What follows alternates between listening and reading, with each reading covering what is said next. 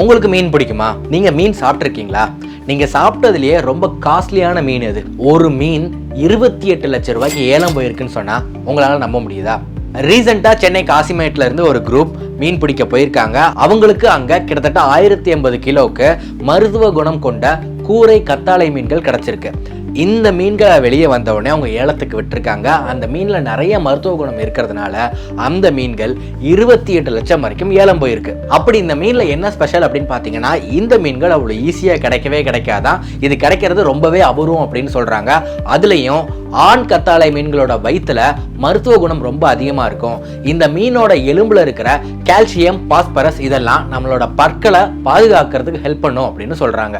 அது மட்டும் இல்லாம இந்த மீன்ல இருக்கிற புரத சத்து நம்மளோட வெயிட் இன்க்ரீஸ் ஆகாம பார்த்துக்கும் அப்படின்னு சொல்றாங்க. உங்களோட ஃபுட்ல நீங்க சாப்பிட்ட வித்தியாசமான மீன், நீங்க அதிகமா செலவு பண்ணி சாப்பிட்ட ஒரு மீன், இந்த கூரை கத்தாழை மீனை பத்தி நீங்க கேள்விப்பட்டிருக்கீங்களா? இது எல்லாத்த பத்தியும் கமெண்ட்ல சொல்லுங்க.